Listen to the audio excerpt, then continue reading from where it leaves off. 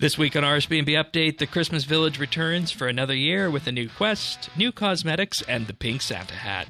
We also preview 110 Woodcutting, Fletching, and as a surprise, Firemaking. Last, we check in with Bears and his Group Ironman.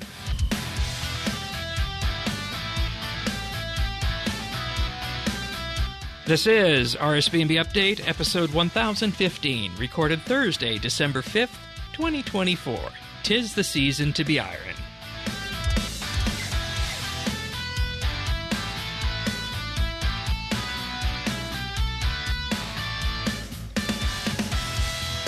Hello, everybody, and welcome back to another episode of RSBANDB Update. Christmas comes to RuneScape again for 2024 with the Christmas Village. This week, joining us on the podcast, we have a Parnassius from Australia. G'day, g'day. Also joining us is Thaxi. Hey, good to be here. Good to be back. And Bears. Glad to be here. We'll You're not going to say that we're from the U.S. or anything? Well, just mention he's from Australia? I mean, I well, could, because but I'm the second favorite Australian. I mean, I could, but I don't want to dox anyone, really. So, I mean, that's why I'm not saying where in the U.S., like what part of the U.S., but in any case, we're going to check in with Bear's Group Ironman stuff. We haven't had a chance to sit down with you yet since that arrived, so that'll be a bit of a fun discussion for later in the podcast. Folks might be wondering where Tanis is, apparently, and we wish him well. He had an emergency tooth extraction today. Oof. So, Godspeed, buddy. So that's why he would not be able to speak tonight here. Thoughts and best wishes out to you, mate, because that's not going to be a fun one. No, it's not. Talking straight tonight. No. And those drugs can make you really loopy with that kind of stuff that they give you after that, right? That could have been a fun show. Yeah, but would have been fun. You can hear him. No. We wish him the best.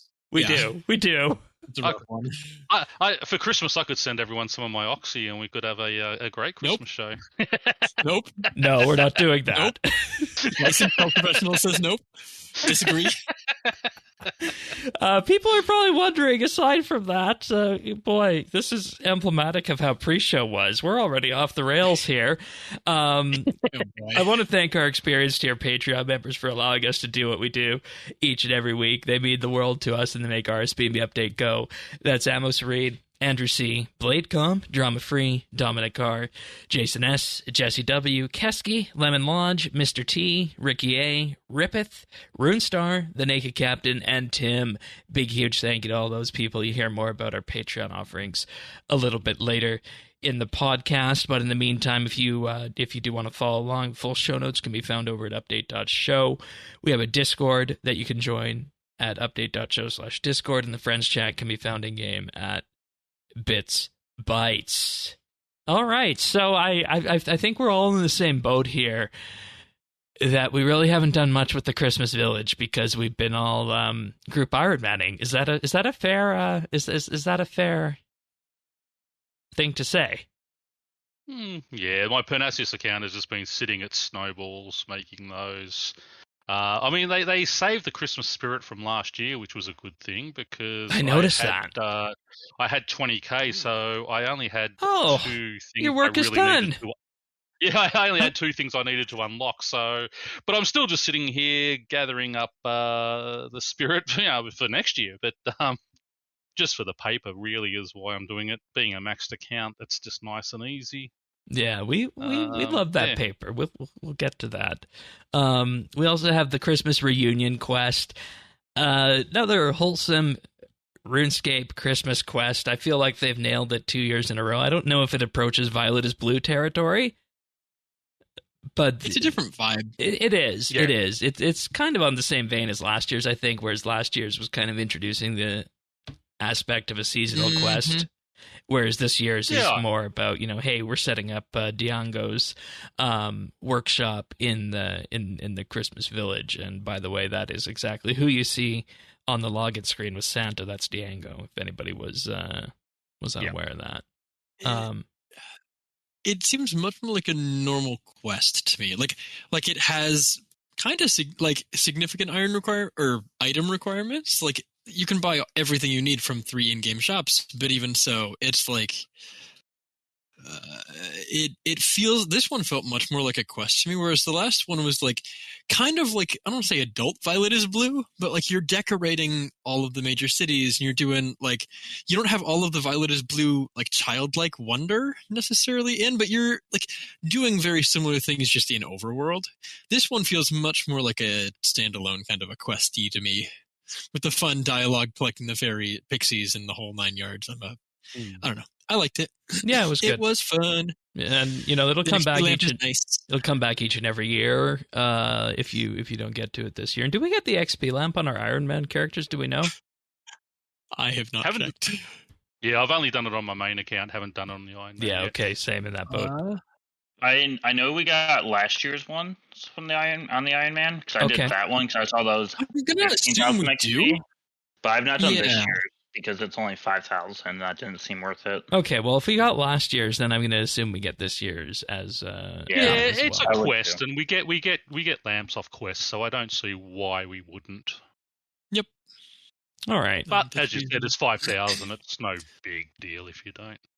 It's a nice 5,000k on my crafting. Yeah, or Herblar, depending. That's the other tough one. Yeah, we'll talk more. We'll talk more about that after.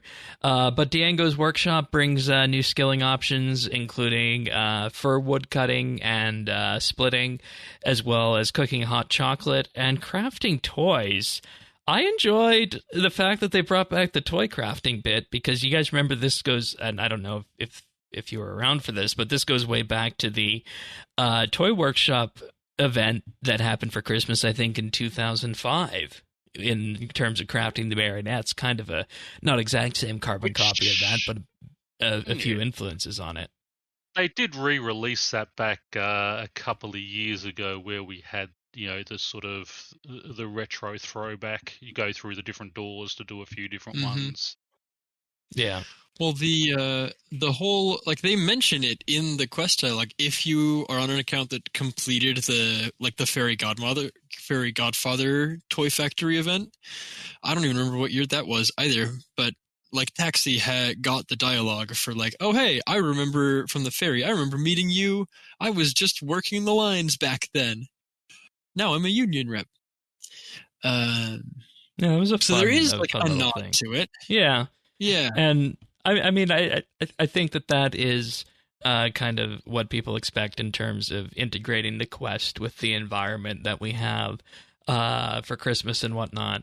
So I'll also just say on that, while we're here, as per usual, has been the case for it's feeling like ever right now. Grade A props go out to the environment team for this new addition to the Christmas Village this year. Yeah. Mm-hmm. So looks so good. Yeah. It was 2005. Wow, I got the sense this was more regular. I didn't think my account was that old. When did I make this thing? Wait a second. Oh, cue the existential crisis. Huh. Well, I don't have my 20-year cape yet, so... Would have been your first year. There you go. Might have been. I might have made the account and just not played on it for a little while or something. Maybe. Huh. But also returning is the same skilling options from last year as well. So you have the fishing, you have the snowball crafting, as Pern mentioned, and overall, you're going to be able to find something that you just kind of want to sit back and AFK to, whether you're looking to gather up Christmas spirit or to, just do something passively to gather up wrapping paper if you have nothing else to do in the game for that and you want to spend your time in a nice ambient area. But also with that, the Nice List and the Black Party Hat is back with drawings every Sunday. I'm going for that on both accounts because that would just be a wonderful once-in-a-lifetime thing to get. So You've already got the Black Party Hat. Black Party Hat, sorry. Not the I have the hat. Black Santa. It's okay. Yeah, forget it. Yeah. I figured it out. Okay. 2016, they redid the event. 2016, they in the like review, they had the pixies. Okay. And the whole thing. So that's how that happened. Okay, cool. Thank you. To get your daily tickets for the nice list, you speak to Clementine outside the lodge. You get that one for free. You get one for completing all your daily challenges, and you will earn them passively while doing activities in the Christmas village. And in most cases, it takes no more than 2 to 3 minutes to pick those up, and then you just put them in the post box, and away you go for the drawing each and every Sunday. And if you miss out on a day, you can spend some Christmas spirit, 400 to be precise, to pick up the letters that you might have missed. So be doing that. We also, of course, with that, have the weekly drops that are going to be coming each and every Sunday with this. And this year, it is cozy pajamas and cozy slippers. How do we feel about these? Yeah, if I get them, I get them. I kind of like them. They look like exercise clothes to me. They're like, what? They're like baggy joggers. They're not really. It's a hoodie and a set of like sweatpants. Maybe we have a misconception between North America and Europe on this. What? Pajamas? I mean, you can totally sleep in a set of sweats. These are just Christmas themed sweats. I don't know, I'd take these and go out for a run. Okay. Yeah. Okay, fair enough. See, down here, Christmas, it's you sleep in boxer shorts and that's it. Right, yeah. A little different, huh? Given the temperature. Yeah. The first one. I wish we had plaid earlier, because I think it's fun, but... Yeah, the first ones will be Trees and Zuck for the pajamas and slippers, respectively. Next is, on December 9th through the 15th, is Snowflakes and Plain. Then on the 16th to the 22nd is Candy Canes and Penguins for the pajamas and slippers. And then from the 23rd to the 29th is Plaid on both. I think the Plaid ones and maybe the Candy Cane ones are the ones that I think look the best on that. I'm surprised you're not a big fan of the tree variant that's like your classic Shane Green.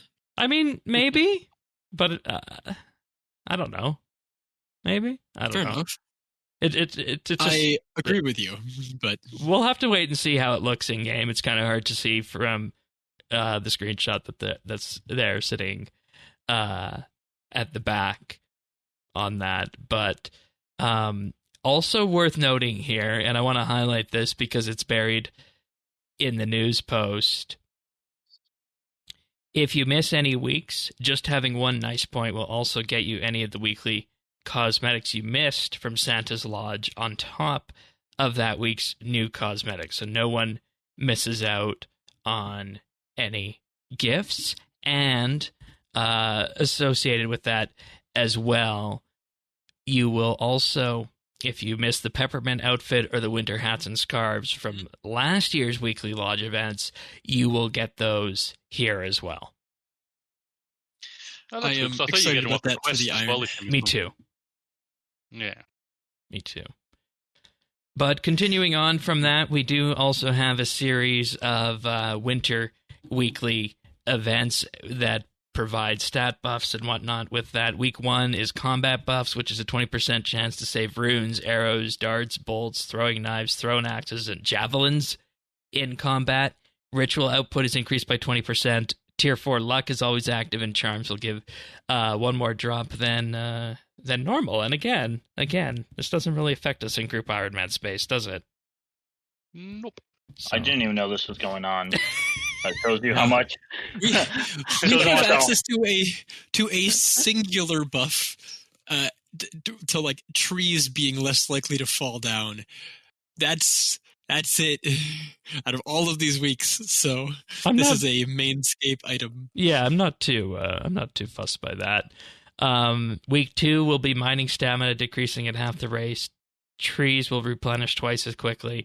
Archaeology precision will be increased by 20%, and there will be a 10% chance to receive additional resources when training gathering skills. Week 3 will be the Slayer week, where you get to choose between 2 Slayer tasks, receive double Reaper points, double Dungeoneering tokens, and pickpocketing has a 20% increased chance of success and no failure on all agility obstacles. It's a big one for anybody running Anachronia there. And then the last one will be the second last one, rather. Artisan buffs, 20% chance to not lose heat when smithing. Gain double rested XP from Fort 4 and 3 when training within the fort or offline. 10% chance to save resources or produce double items when training artisan skills, and occasionally receive random items from the rare drop table while training artisan skills. And then the last one is a drop rate buff for the bosses released this year, Osseous and the Rex Matriarchs, the Gate of Eladinus, and the Sanctum of Rebirth, as well as being able to choose your own Reaper task, receiving double Reaper points when completing the tasks, and the Elder Overload Cauldrons will be active at War's Retreat, and all deaths will be safe. That's going to be the PVM week. I think I'm going to have to dip back to the main for that one, and go back to the Sanctum, just for the overloads and extra drop rate. Maybe. Or maybe even go back to the Gate, see if I can net myself the memory douser. I could use the XP from the Gate. That one is tempting to me. Yeah. So, I think it's good we have winter weekends. I know that's something that people always wanted to see come back, and it's just nice to have these around here. So totally. Our only is the tree to plunge twice as quick on Iron Man. Do you think they did? Do you think they made it the way it is with the gathering buffs being the week that 110 Woodcutting comes out? That we'll get to in a little bit. Yeah, that was well done.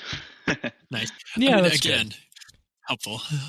December 30th of January might be the time I start working on my archaeology and start chasing my Master Quest Cape back again on my main account, because I've got a couple of bosses to kill to get that. Oh, just bosses. What else are you missing? Yeah, just the bosses. Okay, that's not too bad. You got to get the books off those bosses. Yeah, let me know if you need a hand or want to go anywhere. Yeah, I mean, if they're soloable, I like to do it myself because it's that sense of accomplishment. But fair, okay. But if it gets too frustrating, look out for a shout out. Yeah, you should be fine with normal mode for that. Yeah, it's just a matter of getting used to it. It's just trying to watch, and I think that they've put the sound in now, haven't they? Because was the thing. Yeah, trying to watch the screen and watch my keyboard and watch my action bar and all that at the same time. I know I've got 4 eyes, but they all look at the one. They all look at the one spot. Christmas Spirit Store? Anybody have anything here they want that they like from this year's 2024 items? They added in the Oxfam reindeers. That's the only new item in the store this year, as far as I can tell. Well, we have it has a lot of the other stuff. Well, we have the Festive Holly Guards and Festive Lantern. Yeah, there are a couple of things because there's the 2024 tab. But of all of the legacy tabs, the only thing I could see that I think is new for this year is the Oxfam reindeer antlers. Yes, obviously, all the stuff in the 2024 tab is new this year. Fair enough. Yeah, no, you're right, because that was the only thing I didn't have unlocked. So that's... I know I unlock it every That's worth year, mentioning if you're like, I've got it all, I don't need to look. Grab that 3000 Cruiser Spirit. It's nice. I'm going to go for the Garden Lantern. And as I did with Halloween, I've already bought the Plead, Holding Back Tears, Melt, Despair, and Santa's Salute overhead icons. As you can tell, I'm always a big fan of those overheads. I want RuneScape isn't as social as it was. I want those emotes to have more use because I love the overhead emotes. I think that's such a cool reward space and system, especially since they're pretty much exclusively from holiday events at this point. I just like them. They're fun. I enjoy them a lot too. My group, we PVM, we use them to make fun of each other all the time. Oh, that's great because you can keybind them. You can put them on an action bar. Yep, which is probably not worth it, but we usually find something before we start the hour to take off our bar like Alt F or some random key combination on like an 8th bar or whatever, or 5th bar. Yeah, no, it's always fun. Someone messes up the rotation, we give them a laughing, crying emoji. It's good stuff. That's see, there we go. I'll have that ready. Trolling. The best part is we're in voice chat while it's happening too. Oh, no. Yeah. You just, of course. Still got to poke fun a little bit more. Overhead emote's good. And, obviously, as I mentioned, the garden lantern. And there's also a new Yeti snowboard for anybody who likes the snowboards. Yeah, it's the violet is blue drawing. They put the violet is blue drawing on the snowboard. Also, I love the snow globe. Like, I love snow globes normally. The snow globe lantern, that may stay on year round. We'll see. I'm a fan. I wonder how many people use snowboards around this time of year with that event, because I feel like I don't see too many of those around. If you're at the actual event, everyone's using them. Really? Why? Yeah, or World 12, every time someone goes to the bank, you just see them going off on their snowboard. I've got mine equipped. Interesting. So if I go to the bank, I'm just riding my snowboard. Absolutely nobody has them on my world. Oh, wow. Yeah, I'm not seeing I'm on World 12. Aussies are a bit more, spirited.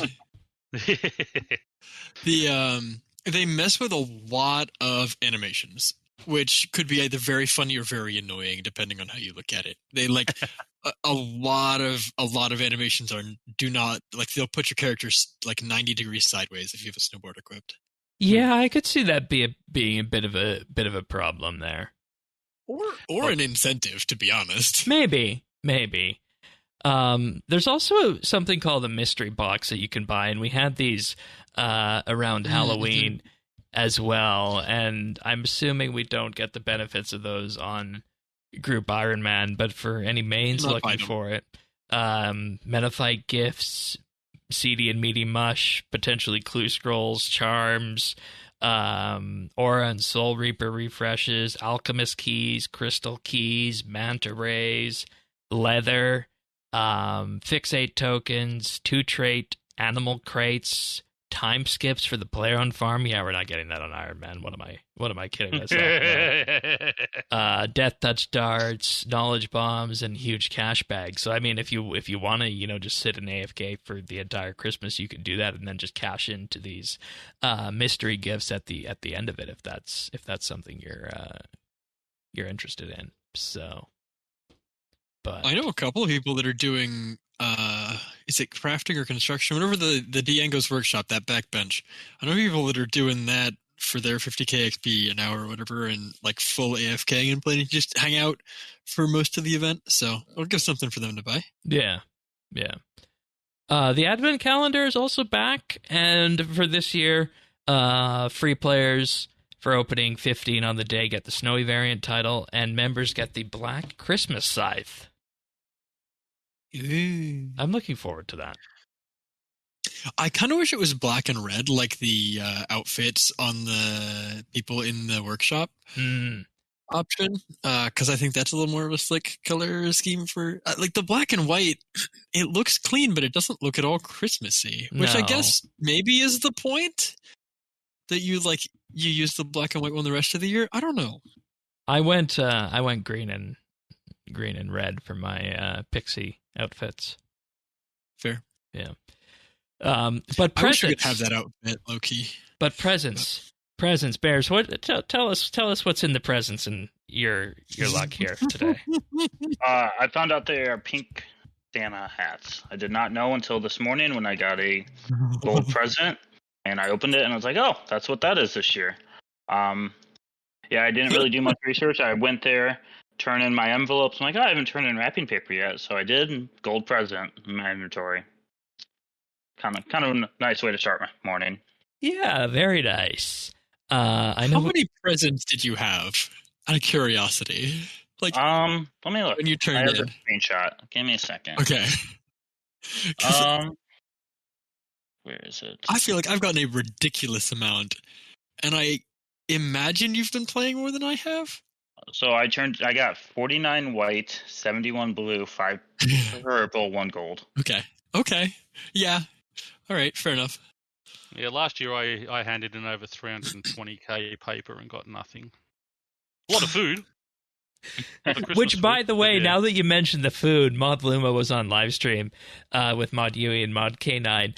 They said that either next week or the week after, there will be an update to the Christmas Village that provides a sync for all the Christmas food. Oh, nice. Oh, From last year as well? it's all the same food. Yeah, it's all the same. It just builds up in my bank. It is a little bit excessive, but at the same time, it's like if you just need food to like eat for like soul obelisks or something, it's actually not bad. You throw on the like expensive spices from the Birth Orb like quest, and like you could like. I don't know. The food's kind of useful. I've been using it on my iron. So you're eating spiced Yule logs? Yes. That sounds interesting. Isn't it just 200 life points, though? Yeah, Yule log is just a cinnamon pastry. Those aren't wood, Shane.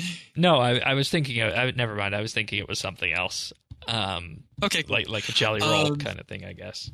Yeah. But... But they're expensive spices. Yeah. Anyways, Pink Santa Hat, and as it goes, I imagine we'll be getting this on Treasure Hunter later. That will add more of them into the economy. But also, inside these presents this year, we got variants of the cozy earmuffs that come from different colors of presents. So in the purple Christmas present, that's where you get the Zaros, Zamorak, and Guthix ones. In the blue Christmas presents, that's where Saradomin, Armadil, and the Santa ones, as well as brown, comes from.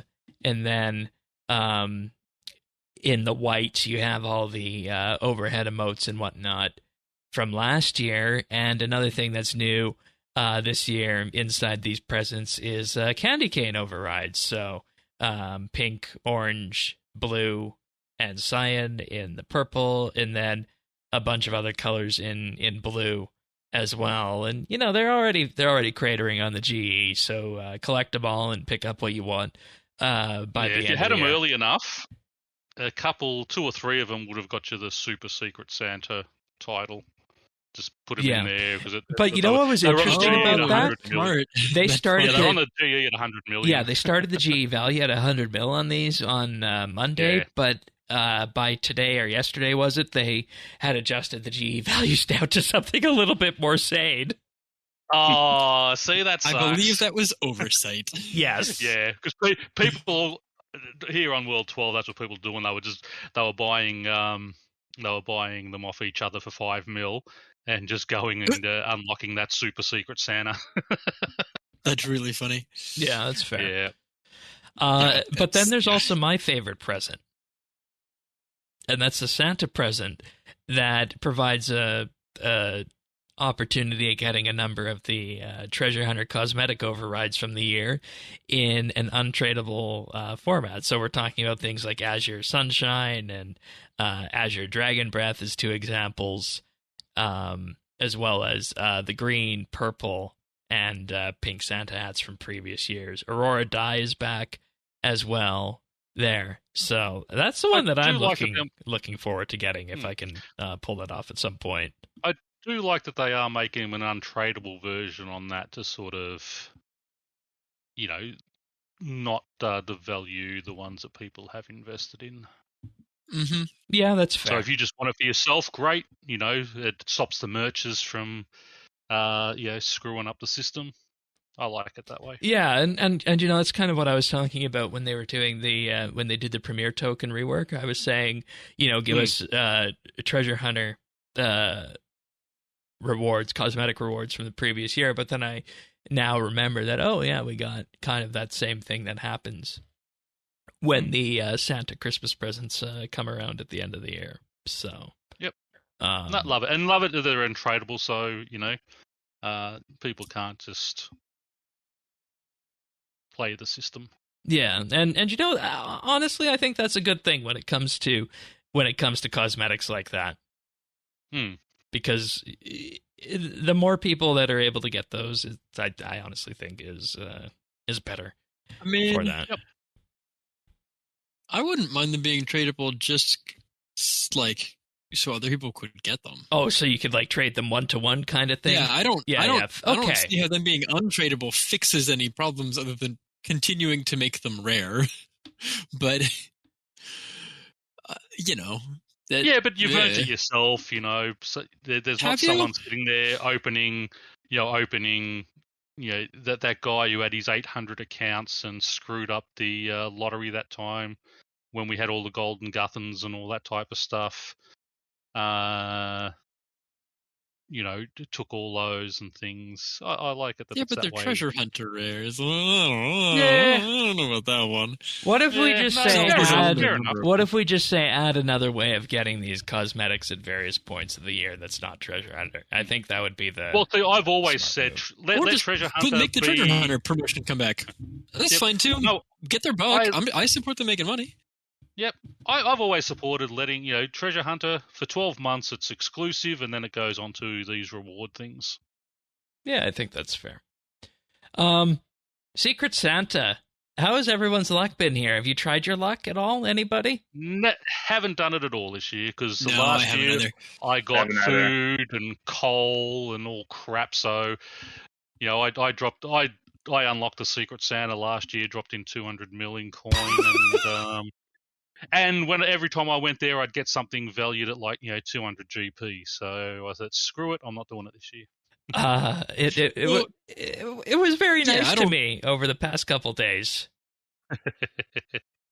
See, the start of the event, people are generous and put things into it, and because it just draws out of the pool, right? And I just don't need things. I'm not at a point where my accounts need things, so I haven't been pulling out of the pool at all.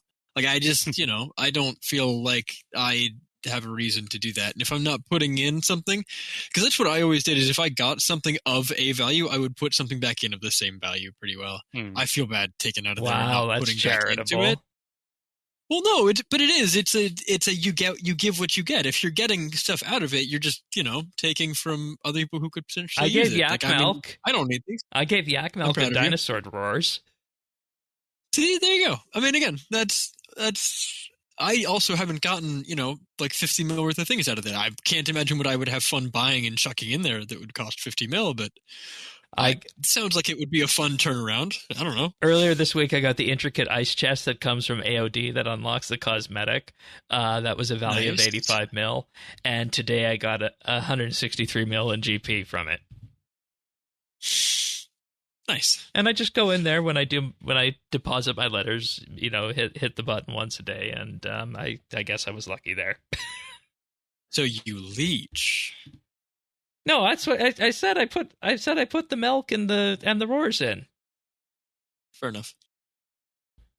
It might not be entirely even, but it's there. It's there. Hey, Shane has contributed his farming products. This is all things correct in the world. Just wait till I start spreading the love of farming and giving unchecked animals.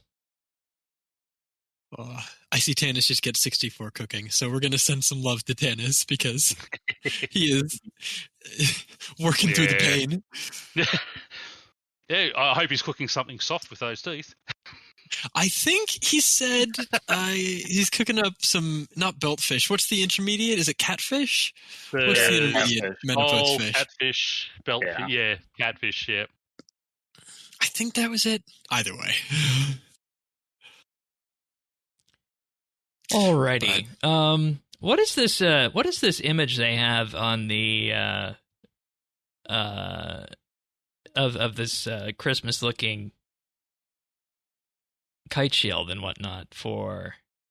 Is this a Conjure override? I'll post it in chat here, and I didn't see this anywhere on the list. Does anybody know what this is? I'm trying to find the thing you're talking about. Give me a second. Yeah. You mean the yeah, that's the Festive Guardian. That's the Phantom Guardian. Oh, okay. Yeah, Festive Guardian. Okay. Right. They did mention that would be coming at some point. Nice. All right. And they had a bunch of new Conjure things. They have a second version of the Festive Skeleton Warrior as well. And I have not actually looked. I need to go into the cosmetics interface and actually just look at what that looks like in game. I think if you unfilter it, it should be visible. And that's just another great reward space too, I think. Making the conjures look, different for it. So. Oh, Festive Warrior 2 is it's got the funny colors. It's the Santa hat is blue, pink, orange, or green. That's fun. Versus the old Skeleton Warrior, which is just various versions of like the red and white, black and green, purple and yellow. Oh, okay. They just added in the other set 2. Oh, that's fun. Okay. Oh, I see. So you just click on that one, and then you can see what they're going to be different on there. Yeah, that's neat. Okay, that is neat. Have to pick those up too. That's going to be fun. Yeah, by the end of the event, it'll all be cheap. Yeah, such is the way. Yeah, and that's I guess just a good thing about how these events go is that people are making a quick buck with them on day one, but then by the time they reach the end of the event, it's something that everybody's able to pick up if they want it. So all the main accounts have the option, if they so choose, to have the cool thing as it should be. And Ironman can't get any of the lamps or stars or the money, of course. Of course, and we expected that going in, I think. Yes. True. But we can get the lucky items, like a lucky arcane shield or something. We can? Like I wasn't actually sure if that was on our list. That's cool. Yeah. Yeah, no, well, I didn't think anything that would be useful in game as like, obviously walks and you cannot augment lucky items as far as I know. So like it is just a weapon, right? That's what I'm saying. Yeah, it's limited utility, but it is fair enough for us to grab it. Fair enough. Or irons in general. I do like that we do get those lucky items. I'm going to thank some Patreon supporters, then we'll get to some other little bits and bobs. So this week I'd like to thank Alaska, Alvaro L, Amos Reed, Andrew C, Arvids L, Bladecom, Brandon F, Brayton K, Chilbura, Dominic R, Drama Free, Duramax, Greg T, Gila Fleur, Hare, Iskantu, Jade Gizmo, Jason S, Jesse W, Jim M, Kesky, Lemon Lodge, Luminos, Merriweather, Mongrav, Mr. T, Pernasius, Ricky A, Rippeth, Robbie D, Runestar, Samuel FL, Scott DS, Shirt Pants, Targayen, The Naked Captain, The Dabbing Goat, Tim, Ukulele Steve, Woody, Zant, and Zazakon. Big, huge thank you to everybody. It does mean the world to us, the whole world to us. If you have any interest in seeing what we have on offer at Patreon, check us out at patreon.com/RSBANB.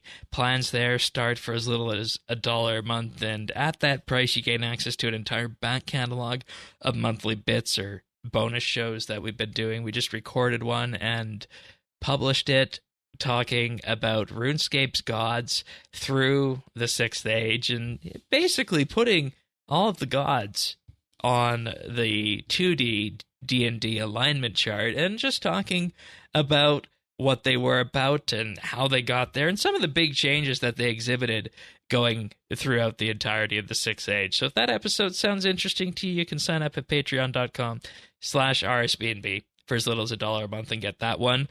We're also starting to work on the one that will come out at the very beginning of 2025 in early January, called What Makes PVM Fun, which is a head scratcher for some people, and we want to kind of drill down systematically and say, well, what is it about RuneScape PVM that entices people to do it? So we'll be doing that one there, so you can look out for that. But we also have the VIP tier at $3 a month, where you'll receive a special VIP rank on Discord, chat channel, and as well access to high quality stereo versions of the podcast each and every week. And the insider tier for $5 a month, you'll receive a shout out on the podcast each and every week and gain access to the clips that we use to make the clip show at the end of the year. And I know a couple of weeks back I mentioned that the postal system in Canada was not operating. As such, we're not going to be able to do the RSBANB Update Christmas card this year, but once things get moving, we'll sit down, consult with the Patreon members, and see exactly what we might do. We'll put something out in the new year once things are moving again, whether it be a card or Christmas, or whether it just be a different offering that we have for everybody who signed up. Send you a Valentine of some kind. Yeah, that's a good idea. A Valentine's gift of some sort.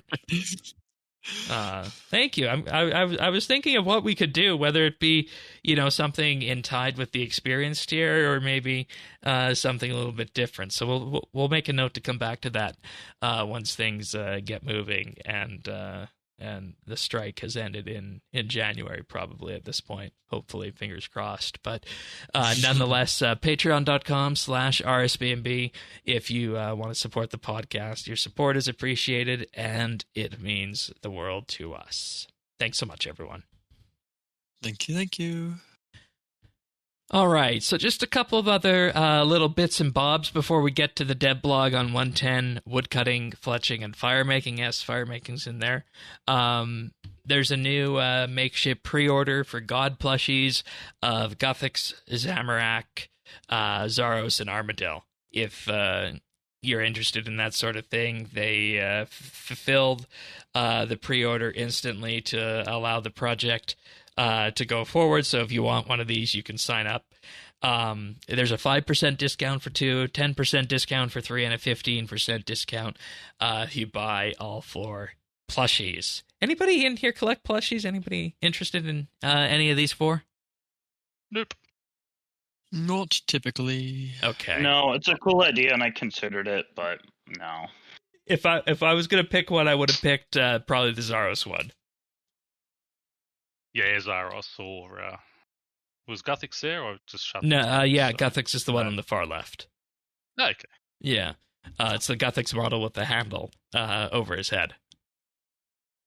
Cool. And this is the same company, by the way, that did the glow-in-the-dark owl for necromancy. That's cool. So they put out good things, and they do a ton of old school, so much old school merch is through there. So there's a lot of tangentially RuneScape related stuff that they create as well. Yeah, and I've talked to people who got the necromancy owl one, Omen, and what they have told me is that it's actually a very, very good build quality on this, and it's a premium product. So if it is something that you're interested in, jump on it, definitely. So, also, there was a message in the news post this week. Mod Doom has a message included pertaining to the new RuneScape survival game that they're working on. They're still looking for applications for alpha testers for it. So if you have not signed up for that and you'd like to have a shot at pre-play testing their newest game, which is an Unreal 5 engine-based survival crafting game set in the RuneScape universe, there's a survey that you can fill out that just gives them a bit of information about yourself, asks about whether or not you'd be comfortable signing a non-disclosure agreement, because it is, of course, a pre-release game. You wouldn't necessarily be able to talk about everything that you play. So if you think you might be interested in doing that, you can find a link in this week's news post to sign up for that. I signed up when the initial wave came out. I haven't heard anything yet. At this point, I don't think I need to sign up again for it. Anybody here interested in open world survival games? I mean, if they dropped us off on an island and we battled against other people in real life, yeah, I'd be interested. But not on a computer. I would not be. I'll interested. play it when it comes Let out. It be known, but, I need not be involved in the real life Hunger Games. That'd be so much fun. All right, Australian, calm down now. Not all of us want to fight against deadly creatures on an island in the middle of an ocean somewhere. Now, imagine if it was RuneScape themed and you had some of the RS skills in it. Maybe that's the vibe they're going for. Yo, if I could have magic, we might be talking. Make my own crossbows and. Yeah, that would be interesting to see what they've done with combat on that, and just what skills in particular and what aspects of the RS universe.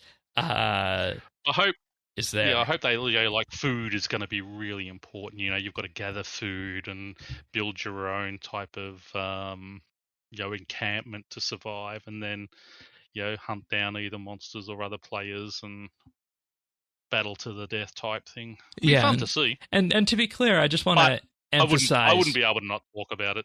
Yeah, and that's what I want to say. I just want to emphasize two things. One, it's very pre-release. We don't know when it's coming or what the final form will look like. And two, if you do get selected for this, you can't talk about it. So, which I'd find hard because I love promoting stuff and saying, "Oh, this is really great," and pushing it. So if I can't talk about imagining like something like Rust or New World or one of those that's like kind of open world survival, but not necessarily like and PvP only incidentally, like with people who are nearby on your server, kind of a thing. I don't know. I don't even know how those games play at this point. So I'm low-key imagining that it's going to wind up being a bit like Valheim, because I feel like out of all the survival games that we got, Valheim is probably closest in terms of having skills and whatnot to how RuneScape is. So there's probably might be some overlap there if I had to take a guess on that. For all the people who over the years have been like, hey, what would be really freaking cool if we could have first person in RuneScape? This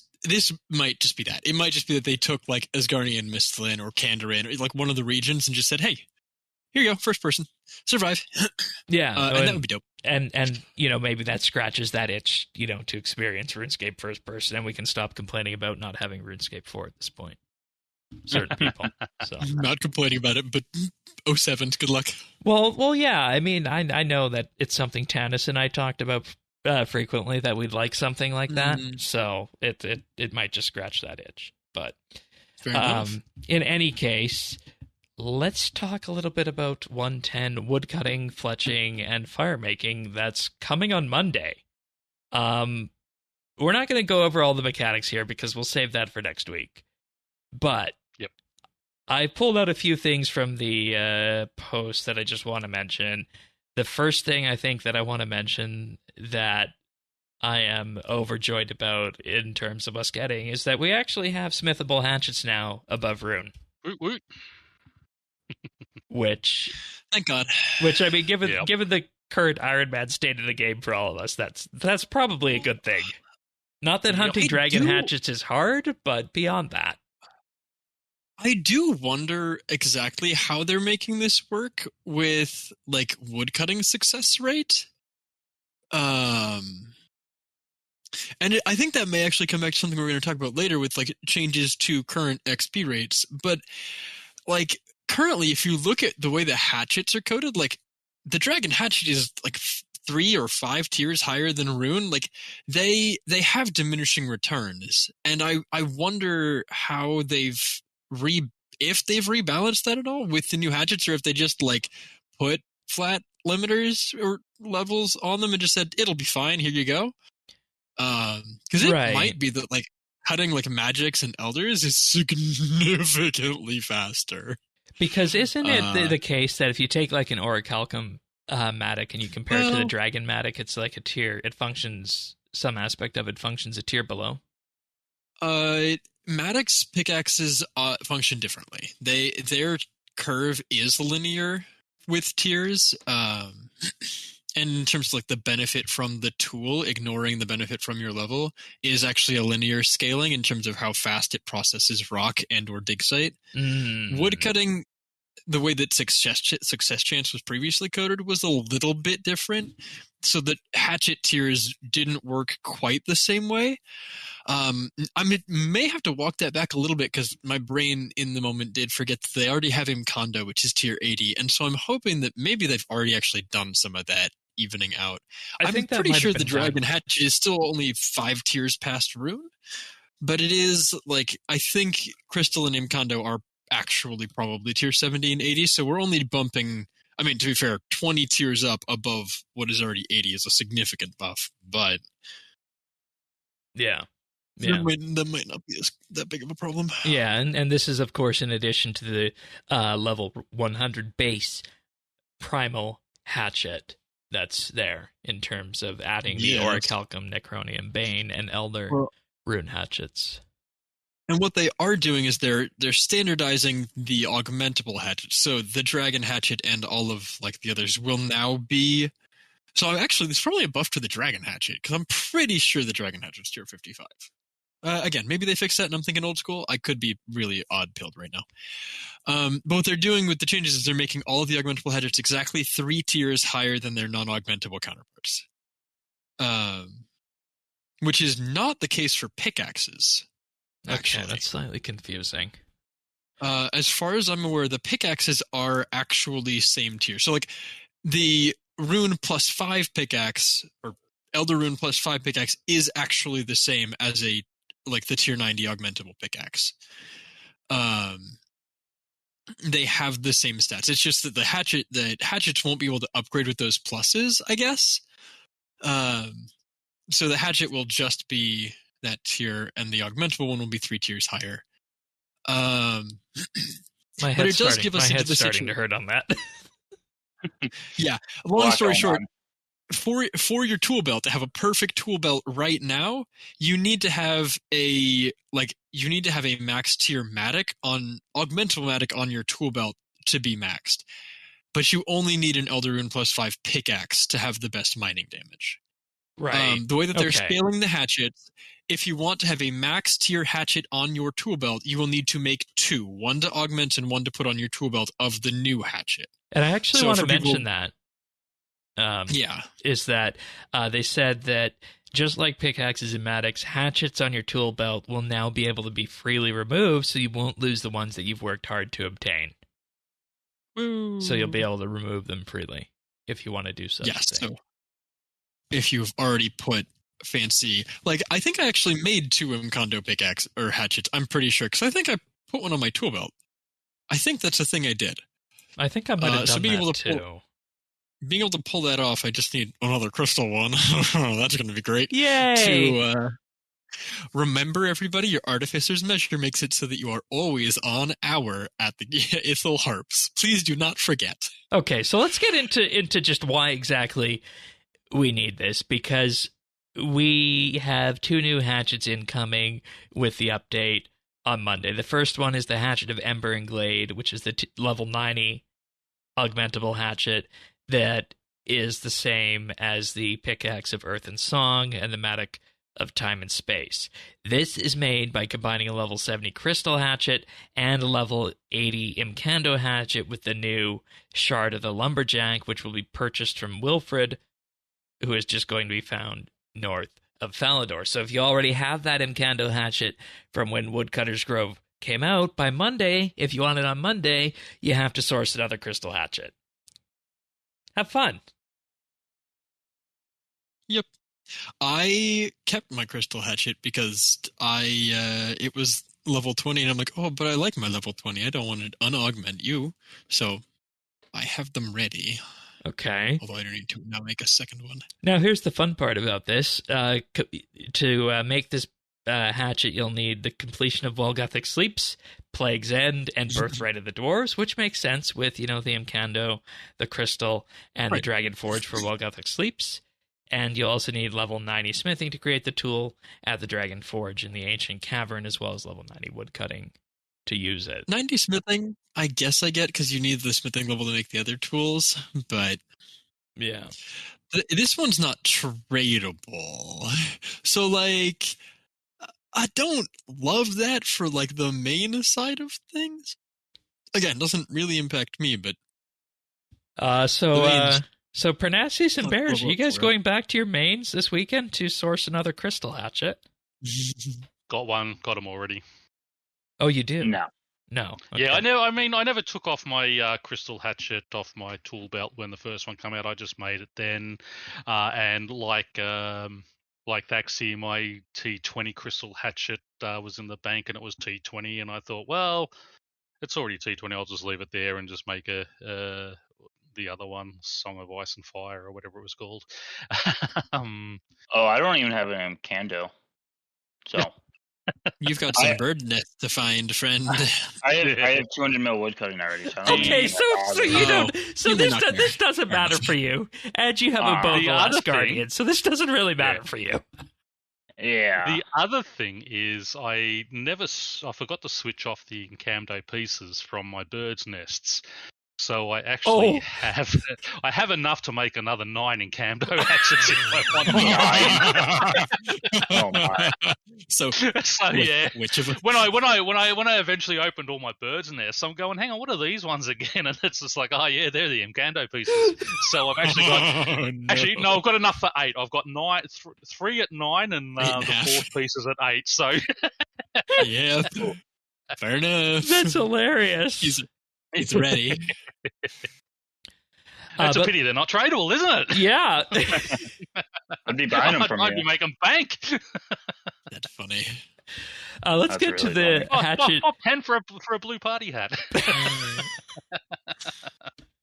Let's get to the hatchet of Bloom and Blight. Level 100 hatchet.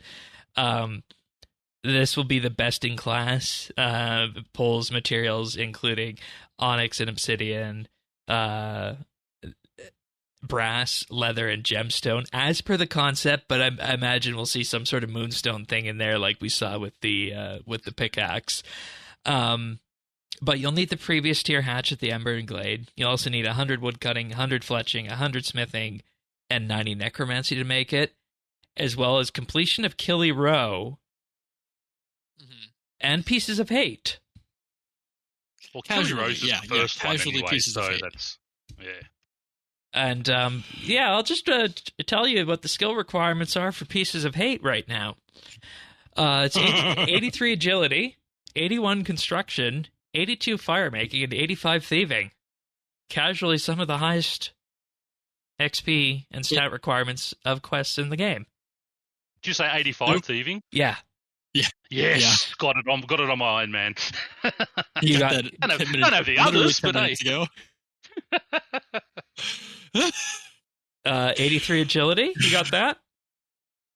No. Future problem. I'm on third. only 30 levels off that one. 81 construction? You're yes, I do have there. that. Yes, I do have that. You have 81 construction on the Iron Man. I do. Yeah. Okay, I know who I'm going to It's for my so pets. quick. Well, I just got it up so I could I was going to just make all the frames for everyone and drop them in there. And 82 firemaking, of course. Of course, I don't have that. Yeah. And then, quest requirements, Clockwork Syringe, Rocking Out, Great Brain Robbery, Creature of Fenkenstrain, Cabin Fever, Recipe for Disaster, Pirate Pete, and, of course, Gertrude's Cat. Yeah, so if you want this on launch day and you don't have these, you know what you're doing this weekend. Yar.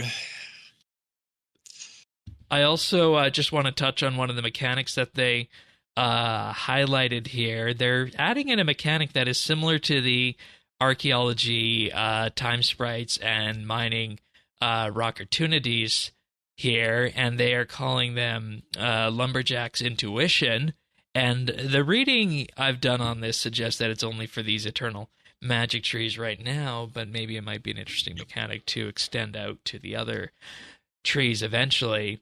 They say you move to the side of the tree and start chopping again to activate the intuition buff. It'll last for 30 seconds, and it grants increased XP when the log is obtained, a higher chance for bird's nests, a higher chance for enchanted bird's nests, and a higher chance to perform a perfect cut.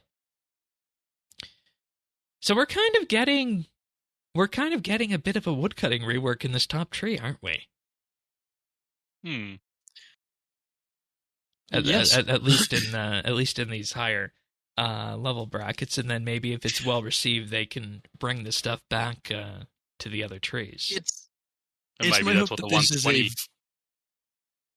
a very large game jam at some point. Is kind of how it seems game jams have been functioning lately, to bring this to the rest of the skill. Yeah, that makes sense. Getting it ready for when they go to 120. They said perfect cuts are like Totally a critical strike mechanic, which will guarantee a log from that swing and grants extra XP. That's good. So yeah, that's great. And then the enchanted bird's nests.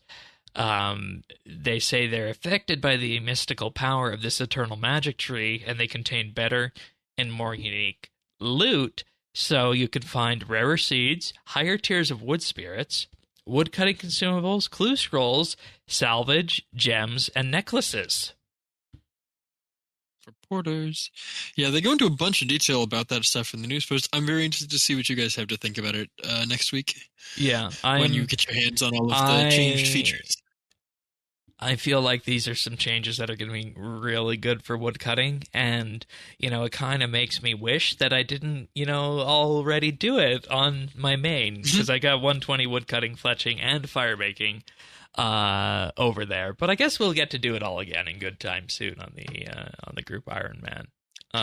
That's going to be interesting because it is so many of the skills. There's a stark change when you hit 100. It's true for even for farming and herblore kind of did the same thing where you hit 99 and beyond 99 it's a completely different set of you start having to source primal pulp, you start having to do the ranch out of time stuff that the dinosaurs and are sourced so differently. I'm curious how this completely different, and it sounds like better, way to do both fletching and woodcutting is going to kind of land. Yeah. And feel going back and forth between accounts. Yeah. And, the full details of all the mechanics and whatnot are in the blog. We'll go through them in order and how they feel next week. But I do want to talk about the jump scare for a lot of people this week. That was 110 firemaking. I was aware of this, but from the sounds of it, the rest of you were not, right? No, I was not. I mean, I knew it was coming, but I hadn't heard any information. Yeah. Yeah, we didn't know anything other than one mention on the calendar. I hadn't seen it in any streams. I hadn't seen it. There may be a chance that one of the devs had mentioned it in the Discord or something. I'm willing to bet, but I haven't been linked any Reddit comments about it or anything. I haven't seen anything at all about the firemaking. And from the 3 paragraphs on that blog post, it really does look like it's just, congratulations, you burned new log, now you can get more XP. Your smithing part of, or your firemaking part of smithing scales up, so you have exactly, 1 swing of additional heat available to you. Congratulations. And you can also make the eternal bonfire at War's Retreat. Yes, which I'm assuming is 5 more minutes of bonfire time. It's either 5 or 15. I'm curious. Which Elder's long enough as it is. So if you don't have 110 or the level 100 to cut the logs and 100 firemaking to do it, you're not missing out. But unless you're doing 2-hour trips somewhere, I guess. But I don't know. How do you guys feel about that? Is that good to just, burn the new logs, or should 110 firemaking have kind of been done in such a way that it, made the skill a bit more useful? Firemaking is such a weird skill. It is, and it would take a full major overwork to really make it useful. So throwing it in there with woodcutting sort of made sense. It's just, yeah, we're giving you a little bit extra here as well. I don't mind how they did it. Yeah, you're not really going to need anything extra. Yeah. There's not a whole lot of work that you need to do to sort of, to chase it. So I don't mind how they've done. Nice little surprise for people. What was that, Bears? I get. Yeah. I don't mind it. I think some people might be thrown off by, because you need all the 110s for comp, don't you? You do. Yeah. Yeah, it's some people might be thrown off by that, oh crap, now I gotta go get 110 firemaking. But that's not a big deal. It's not that difficult to get. It's unfortunate it wasn't mentioned in a before DXP, basically, is probably where my opinion on this is. It's it probably should have been on people's radar. Yeah, that makes sense. Give them double which because Shane did bring it up that it was on the roadmap a couple of weeks ago, which was before DXP, but that's the calendar. It's on the calendar, not the not the roadmap. When they put it on the calendar, I think it might have been during DXP or towards the end of it. Oh, was it? Okay, but yeah. I just remember Shane mentioning, I didn't know, and sort of, we didn't have any information, so. Yeah. And to be fair, we were wondering if it was a typo as well on the calendar. Yeah, we had a conversation about that literally today before I looked at this blog post.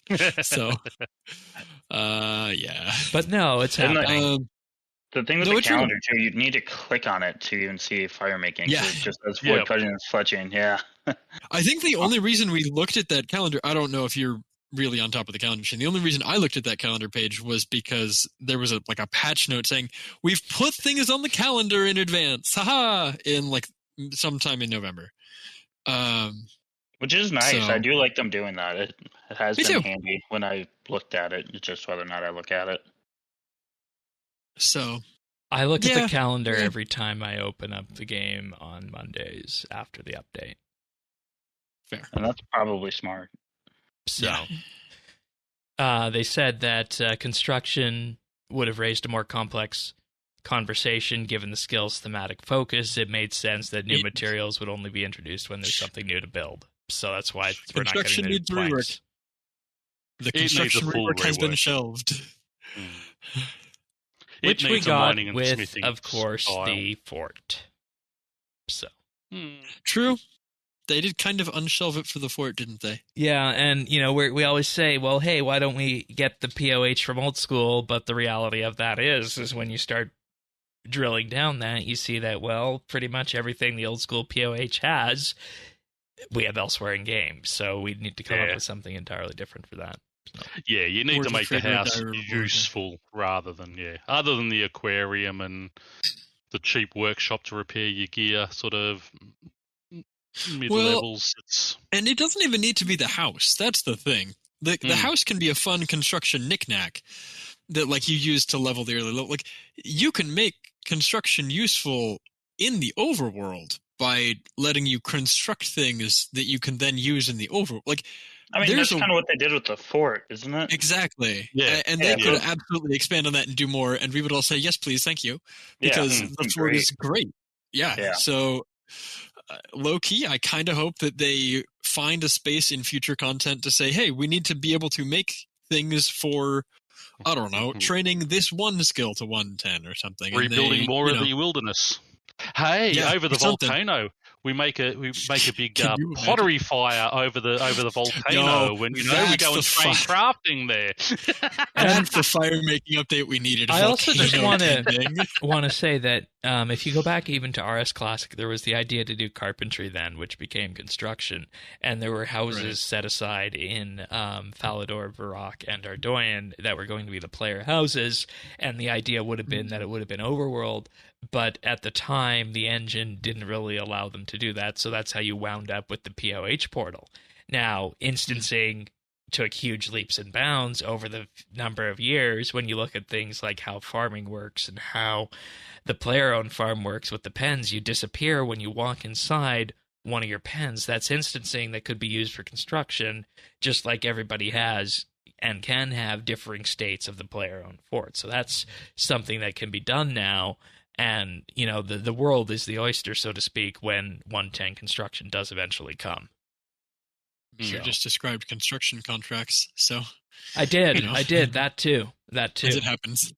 But, we're going to just touch on a couple of other little things here before we move on to what we've been doing. There's a survey out there for player support if you've ever interacted with the player support system, or you have the idea that maybe there's something that could change about it. There's a survey. It'll probably take you around 20 to 30 minutes to do, so get comfortable, take some time, answer honestly. The survey can be found linked in the show notes over at update.show. But I think the thing that a lot of people are looking forward to coming Monday with this update, and was put out by Mod Ramen earlier this week, is that the Clue Scroll puzzle slider step reduction releases on Monday, and they'll have the same average amount of steps as they do on Old School. Bears, you were talking to us about this, so what exactly does this do for us? I'll lower it from usually 130 to 140-ish is what it is now, and it should lower it to 30 or 40 if I saw the numbers correctly. So, I mean, most people use Alt-1 to do these puzzles, so all this is really doing is saving people clicks. Yes. So, I know some people have different opinions on that, but I know for a fact most people do use Alt-1 for it, so... Yeah. It just saves, no, I know. And I'm only being facetious on it. Yeah, like I it have... doesn't matter. I love slider. I mean, I have a whole bunch of little slider puzzles here that, when I'm just bored, I'll just pick up and slide around and fiddle with. I love them. So that's why Elites are my favorites, because I love slider puzzles.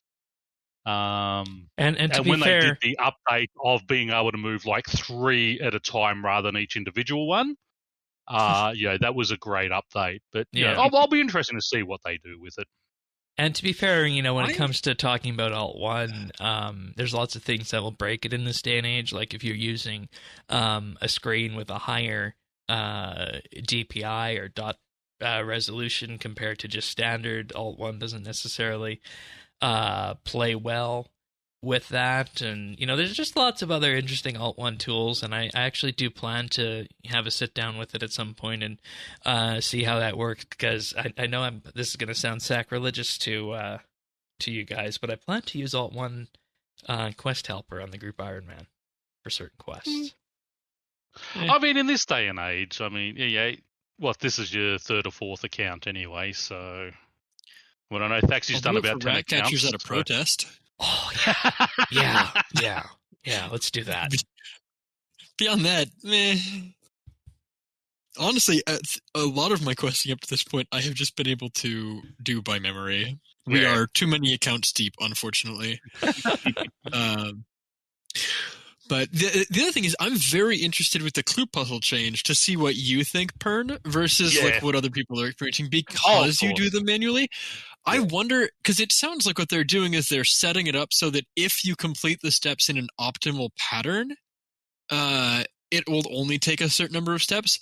But that still means that if you do that in a different pattern, or if you're used to doing something different, or if you do them by hand, that like it might not change much. If you don't have a supercomputer for a brain, you can still put them more out.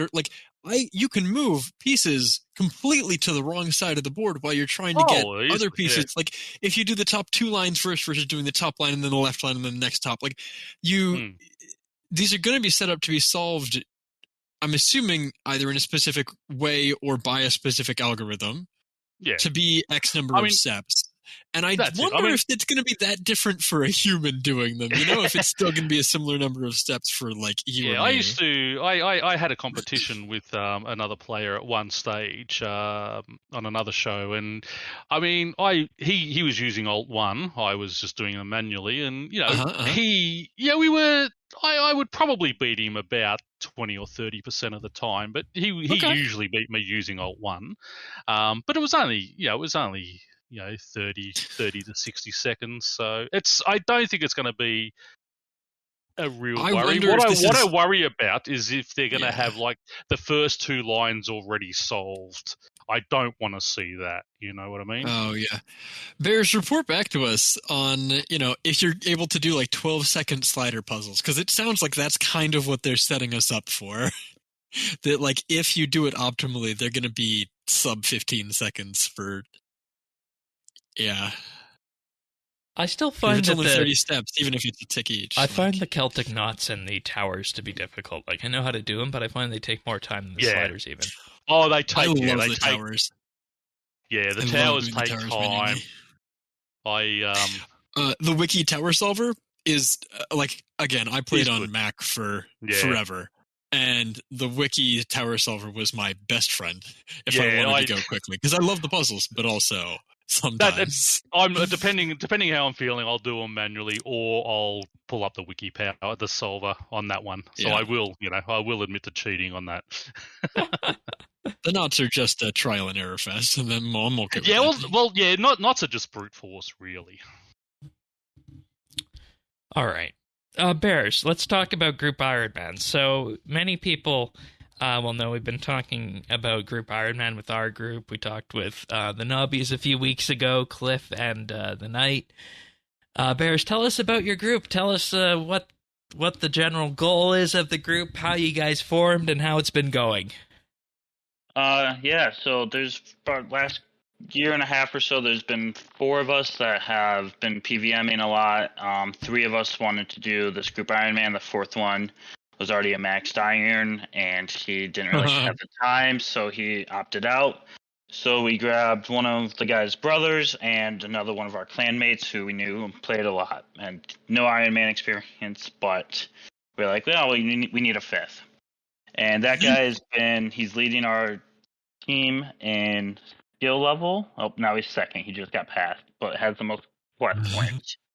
So we got about 2 people over 1900 total level. I'm at about to hit 1800, and then we have 2 right around like 1400. So we're doing pretty good.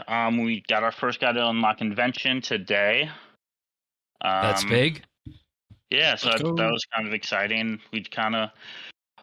It's interesting. We're trying to figure out what to put in group storage. There's not really like a good consensus. I mean, I feel like every time I open group storage, there's like other random shit that I like. Why is this in here?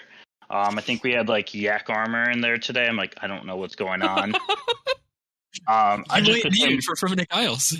I assume most of it is quest related stuff that I don't care about, and I'll eventually need and figure out later. Yeah, no, we all just kind of do our own thing, and then occasionally ask for things from each other. The one big thing is we got the necklace or amulet from Moonstone armor or Moonstone gems that gives better rituals. Necromancy. Oh. Yeah, the ritual one. Oh, the necklace, not the amulet. Yes. Yeah, I didn't know which one it was. And so we've been sharing that. That's been one of the main things we've put in group storage. But like just some of the silly stuff that I never wanted to do in Iron Man, which like get player-owned farm animals. Like we had one guy grind out 2 chins. Like, thank you, Shane. And yeah, like it's so nice that I was like, he just gave us each a breeding pair of chins once he got them. I'm like, this is awesome. So now we're moving up towards spiders now. So yeah, no, we all absolutely love it. We're all completely committed, which is really nice. I was just telling my fiance the other day that I saw a Reddit post of people saying they have teammates who haven't logged in 4 weeks, and I'm like, yeah, I've never seen like anyone on my team be gone for more than 48 hours. I think we're kind of in a similar spot. Yeah, I love it. Like it's here, and I know, and it's like kind of funny. I play mostly during weekdays and weeknights, and then one guy on my team plays weekends, so I never see him online. But like during the weekends, I'll like log into mobile, and I swear last weekend I logged into mobile like every like 45 minutes, did some mining, logged off, and I swear I saw him that said Iron Study has completed X quest, and I saw that message like 12 times. I'm like, holy cow, this guy's quested. I love it. Yeah, no, it's been a blast. I've enjoyed it a lot more than I thought I would. I did the math today. I've played under 5 hours on my main since Group Ironman came out, and that's all been at Croesus, just fishing for troves. And DXP happened during that time too. Yeah, I did not log in during that at all. Yep. So we're having a good time. Group Ironman is fun. New account is fun. RuneScape fun. I think that's more fun than I expected. Right, it's awesome. Because that's been my takeaway too. Is that I really, I tried the skilling Ironman and just Ironman in general for a bit, and it wasn't really for me. But I think having 4 other people going through the process with you, and if you do need a skilling assist, like we were mentioning earlier, Pern has like 80 construction. That's something that we smile 76, upon. Sorry, I made a mistake. Okay, well, close enough. And it allows you to, in effect, I think, play RuneScape in a way. And I don't want to necessarily say the way it was meant to be played, but the game to me, and I'd be interested to hear your thoughts on this, Bears, being, maxed and, like we mentioned, having 200 mil woodcutting. Does the game feel, more balanced, you think? Or? Yeah, it does. So I mean, I have a regular Ironman account that I got like 5 to 10 skills to 99, and I enjoyed it while I was playing it. But just like sitting there, I'm like, I have no motivation to do some of these skills. Like they're not that helpful. But like now, it's like, oh, my teammate cut a bunch of extra logs. Sure, I'll take them and go firemaking with them. Like that's awesome. I don't need to go cut logs to then do firemaking. Yeah. So stuff like that is kind of nice, and you're right. It kind of feels more balanced in that way. Yeah, that's fair. Yeah. It's a lot more fun than I was expecting. I mean, like even Shane and I the other day, he had 80 smithing, I had 80 mining. I went and mined the bainite, and he smithed them into the bainite 4 pickaxes for us. You know, because my smithing's still at 72, so, and I think you were 78 mining. So just being able to do little things like that with my pickaxe. That's right. You'd thrown your pickaxe in there, and so I just thought, the bainite's right beside it. I'll go grab that, and then I was able to give you yours back, put mine on, and eventually we'll be able to do that for the other 2 members as well when they get up to that sort of level. It's just been really fun to be able to just do things like that, and as you said, Shane breeding all the chins for us. I was able to go, while I was leveling up my range and my melee, I went and I was just doing yaks because we're still looking. Hey, I can sit in front of the TV. Yeah, I'll be going back there. I think I went from 42 range to 60 range at yaks. And the funny thing was, be doing right now. The two females that we ended up getting, I got between 35 and 40. And then since then, I've got nothing since. Bears, what do you feel is the skill you guys are having the most difficulty with? Oh, that's a tough one. Crafting and Hunter, I think. Oh, interesting. Really? Hunters, I mean, there's just not a good way to train it. I mean, whirligigs is by far the best, and that's, to me, not fun content. Yeah. So, that's been pretty bad. I'm trying to think. Most of it, a lot of box trapping because the chins are useful for like archaeology and stuff. I've been using like my green chins because I'm getting from 40 to 50 archaeology, and then later on they're useful for, they give you extra chanted enriched memories and fishing success, regardless of level. So that's like, and that's super chill because they're really tight together, so you can just make all your traps in a line. That's good. And like that's nice in AFK or not AFK, but it's nice and chill on mobile. How are you guys managing herb lore? We have one guy that actually is training it somewhat, and then all the rest of us are just doing jot and quest rewards and monthlies, getting thrown in there. Yeah, because that was another thing that when it comes down to it, you can maximize with the factory outfit and the other one that I'm blanking the name on, herbalist, and then from there it's basically farm as many herbs or send Parnassus out in our case to the Aber inspectors every so often when he gets a task there, and bring back what you got. But it's going to be a slow slog. 174 to do after this, after the podcast. Oh, that'll be good. That'll be good. Actually, sorry if I can just interrupt there. Yeah. If people are getting tasks at the Slayer Tower, don't forget to speak to Marcus, and he'll say, "Hey, you've got a Slayer Tower here. I'll give you an extra 5%." And you can claim either a lamp or a tome for XP or GP off him, and it's around 60k for every aberrant spectre task that he gives me. So yeah, an extra 60k GP. I don't take the XP because I'm going to get the XP anyway. But yeah, don't forget to ask him because it's a little bit of bonus XP plus a bit of GP. Nice. Bears, what would you say the end goal of the group is, if you guys have one? I think it's just get to be able to start PVMing.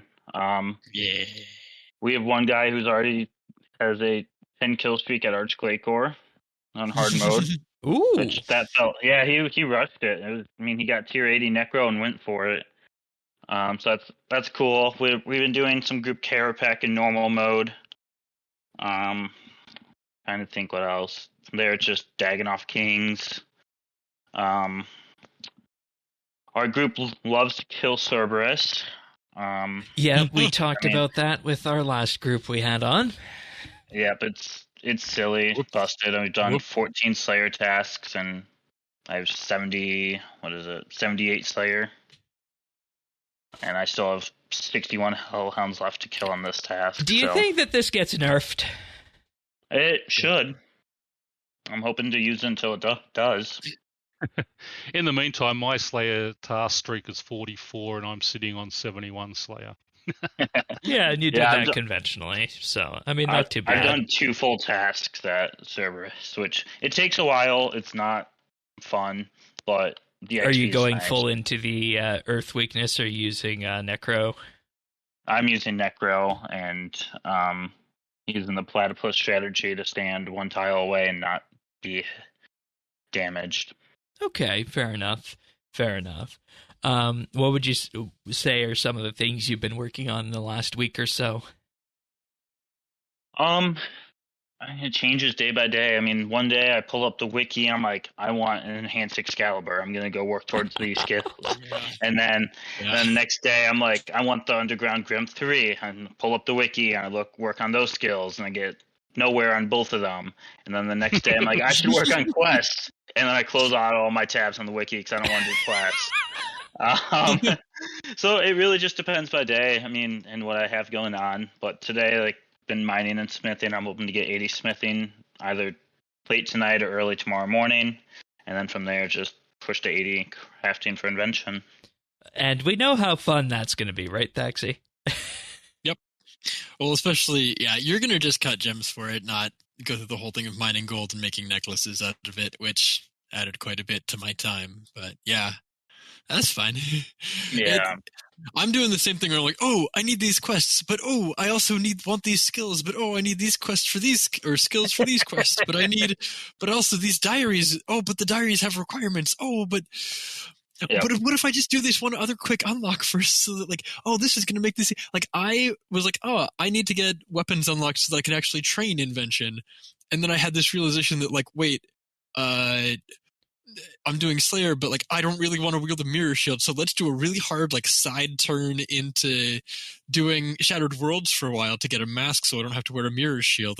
I did just it's so many goals. The RuneScape game loop it works. It's still working. It's still there. It's so much fun. I mean, I remember before I did Dragon Slayer, I was like, well, I should do this with Necro.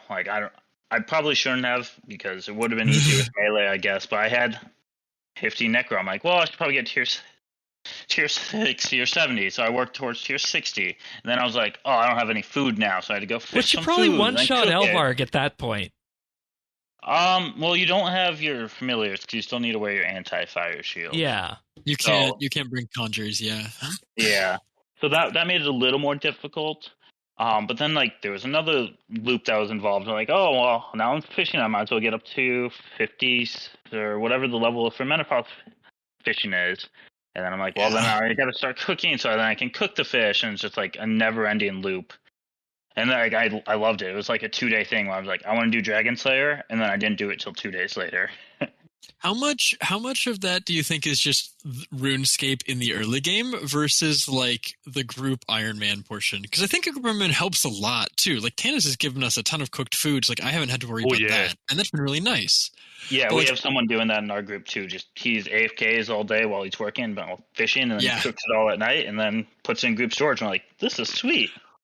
I wonder how much of the fun of this we'd have in a normal Ironman, where it's because the company is really nice, just having other people that are kind of on the journey with you. Because you guys, again, that's the competitive thing, is we all started our accounts at the same time too. So you're sharing the journey with people and all that, but also early game RuneScape is just good. Yeah. One of my favorite things, and it goes underrated, is the fact that you see every time someone levels up. It's so exciting. I dumped 80 something penguin points into agility the other day. So I went from 46 agility, and then it's 47, 48, 49, 50, 51, 52, 53, and I was all within 30 seconds basically. And my team was like, what are you doing? Heck, bro? Share. I was like, join voice chat. You can see my glitch that I have. I need to be doing penguins. I've been so bad about it. Thankfully, they have moved their I do 'em when operation I over to see the 'em. Discord. World 60 Pengs, that is. Yeah, easy. They have a website. Oh, they do They now. do. Okay. Yep. They would. And yeah. you know, I really do think that it is a portion of the Group Ironman thing, because you know, how much time would we have spent cooking food if not, you know, for Tanis, right? And you know, Right. similarly to you, Bears, you have a similar person in the group for that. So I mean, overall, everybody seems to be falling into their own, you know, unique sort of areas. Interestingly enough, I don't think I have the highest level farming in the group, do I? Or do I? I think I beat you to 76 farming last night. I think you've caught up with me, but I haven't visited the farm yet today. So yeah. And again, I'm just doing chins. Like, God bless Shane. Shane handed us all a breeding pair of chins, and I have just had both of my small pens and my breeding pen full at all times with chins growing up.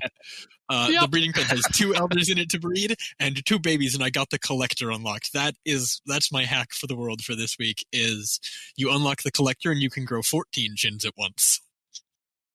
Because the collector will collect all of your eggs. Yeah, because it's traits massive. don't matter.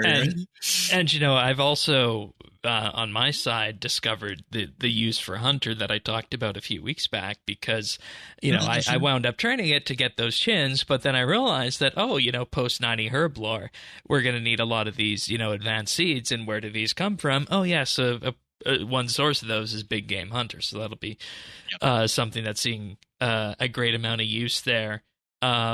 And you know, I guess just to, you know, bring it back to your group bears on this, is there, you know, any sort of, you know, grand group thing, like we want to have this by Christmas or this by Easter sort of thing, or are you just going at your own pace? No, we're just going at our own pace. I think 2 people are racing to max, so the 2 are both right around 1900 total levels, and then 2 are racing to Quest Cape, but I don't think it's going to be that close. So, I mean, we kind of have our own individual goals and kind of working together to make those work. Yeah, that's good. And you guys also fed somebody to get one person unlocked invention early too, right? I think we didn't actually give him anything. He just did it all himself. Okay. Yeah, we have not been as good as we could be about sharing. Yeah, and that's okay. Feed that person augmenter components. That's one of the things I need to ask all these guys to do that I keep meaning to ping, is insulated boots. Give them insulated boots. Yes, for powerful components. Because none of the summoning pouches we make at this level are going to give us an acceptable number of those, and there's not another good source. It's like battle stave. But you gotta go to Terrapack Rush Clay Core for. Right. Eventually. So, buy your friends insulated boots. Okay. 20 insulated boots a day is a great Christmas present. But yeah, that's the other big advice that I have is, best thing I did was open up my notepad and put all the dailies I want to do and all the weeklies I want to do on it. Mm-hmm. And I changed it to red when I first log in after reset, and change it to green once it's done. And that's helped me stay on top of it so much more. How many do you got on that list? 13 things. That's not bad. No, that's about the size of my list too. I should. Oh, are we comparing list sizes now? Oh, brother, do you wanna? Yo, low key, I'm very interested to hear what you have on yours, because I'm wondering what I might be missing. All right, well let's do this, because I don't think we've talked about Ironman Daily. So let's go with yours first, Bears, if you got that up and ready.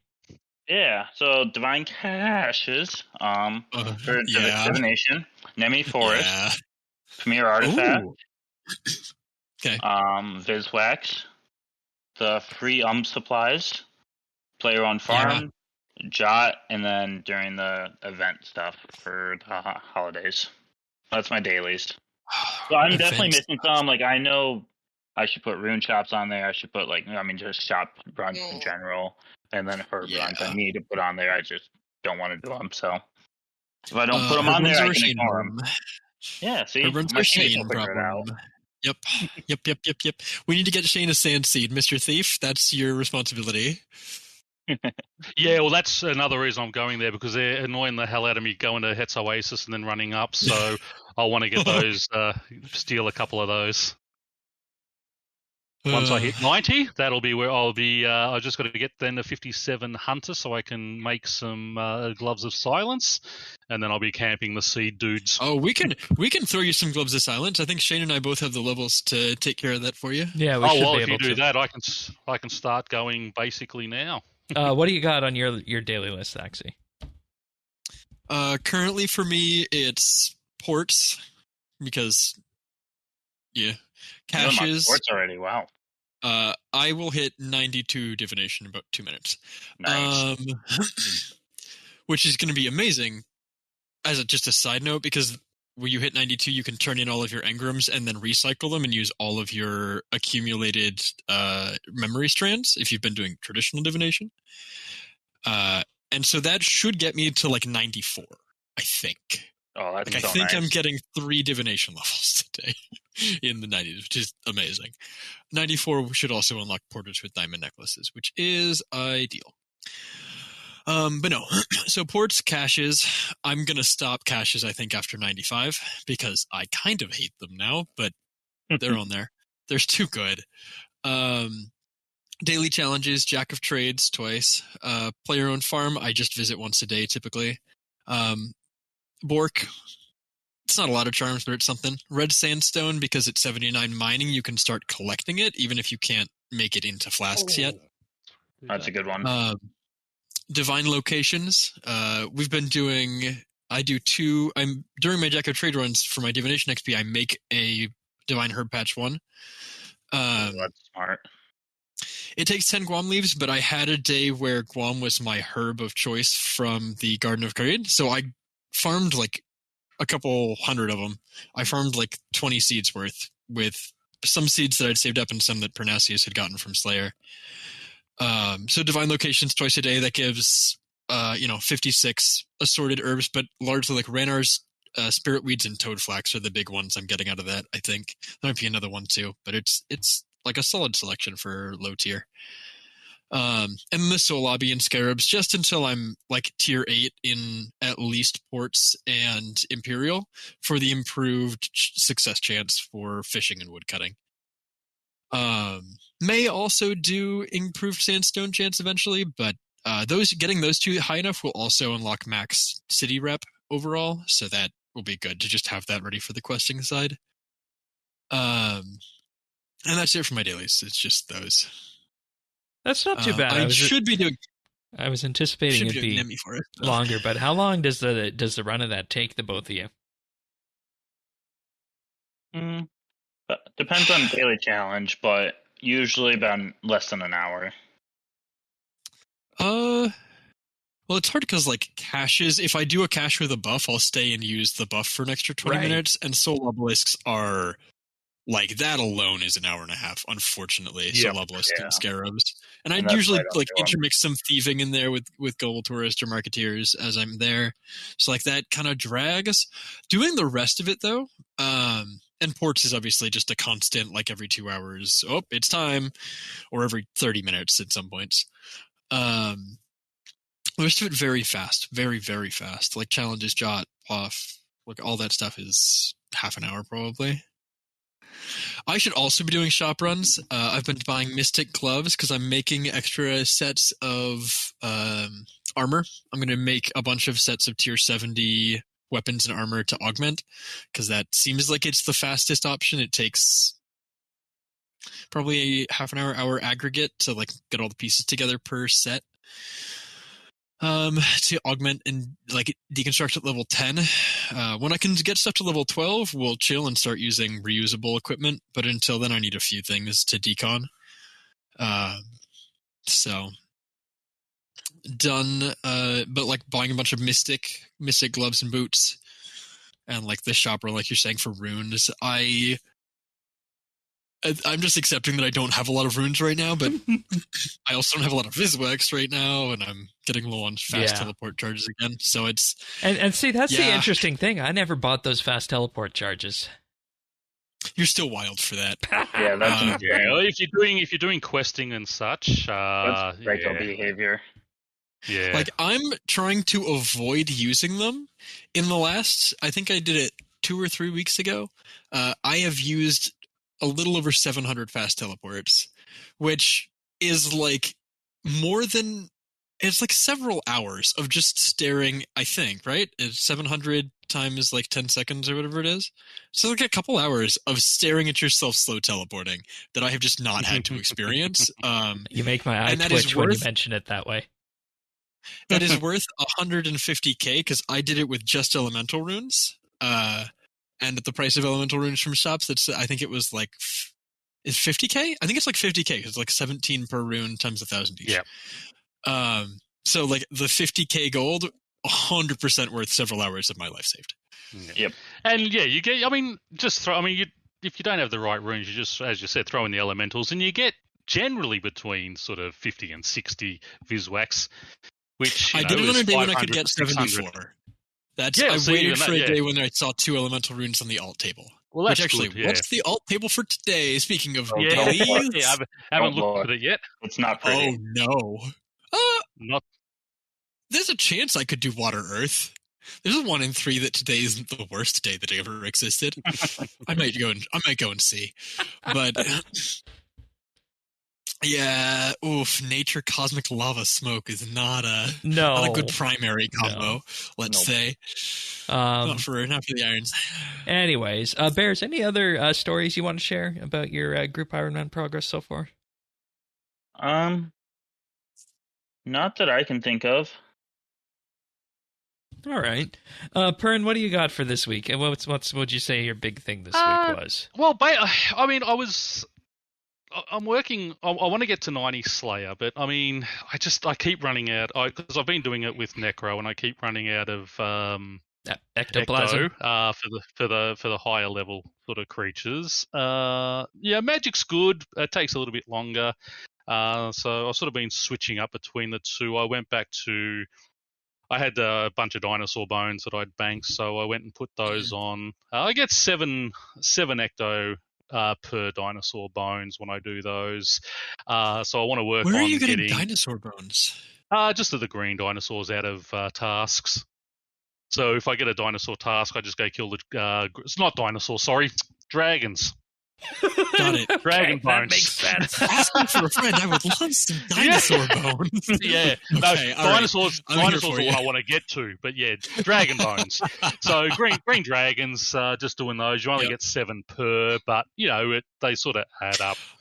I am really hoping to get a bunch of mementos from... installing materials.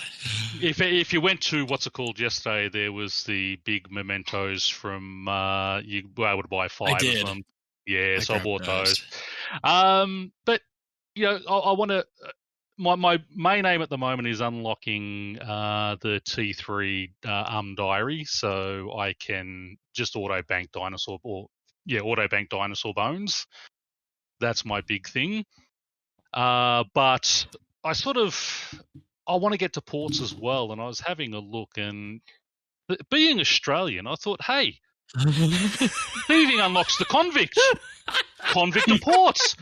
I mean, it's kind of apropos. So yeah, it's kind of apropos. The Aussie gets the convict unlocked. So I've been working on that, and I should have 90 thieving tonight. I'm what am I at now? I think 85. 85, and I'm 4K away, so I'm one more safe away from. Yeah. It's and this is AFKing the safes. This is not maxing. Oh, you're doing safe cracking. Okay. Yeah. Okay. I thought you were still in Menifos. Like, that is insane. No. Safe cracking till I get to 90. Once I hit 90, I'll go back to regular. But again, that's the AFK side of it. That's not sort of lean forward, watch for the blue flash, and click. So yeah, there it is. It's about to come up because you get 5 points for missing, and then your big 480, and there's sort of 86 thieving just clicked over. So been doing that. Oh, I had a good story the other day about something I failed badly. Oh yeah, the prawn broker. I thought that's where I thought I needed the 81. Or the, you were getting no, it was 74 construction. You were getting 74 construction for the bait barrel cosmetic item. Yeah, because I thought the bait barrel was it. Forgetting, no, it's a prawn barrel, which I could have done at like level 50 or whatever. So, so that was a big fail. That's why my construction went up so much. Because I was just aiming when we found that out. That hurt. Yeah. Thank you, Thaxi, for telling me before I hit it. But, I mean, again, we're going to need all these anyway. Yeah, that's the thing. You're going to need them eventually. Yeah. So, I mean, if you do it a bit here and there. And the good thing is, I've had my miscellaneous set for herbs full, and then the couple that are left over do mahoganies. So, we've got a decent supply of mahoganies, so I can, make those into planks so everyone can use for their frames and their farms. When you sort of get to the large farms need mahoganies. So yeah, just really, again, just enjoying it. And I'm the same as Steve's. Like, I'll be working on something for a day, then the next day I'm going, I don't really feel like that today. What else do I need? And I look up the next thing. So yeah, I'll do a questing binge where I'll knock out sort of 5 or 6 quests in a night. And then take a couple of days break while I, work on levels for the next part of it. Quests are fun for everyone. Exactly. No. That's okay, Bears. I just hit 50 quest points the other day. Yeah, our quest leader, very disappointed in our clan quest leader, and he's only got 50 quest points. We got discussed. We were having this conversation in pre-show that no, Shane is not questing. And that is just fine. We'll get there when we get there. Well, that's the thing. That's the like Shane's been working on the farming and the smithing. I've been working on the thieving, the mining.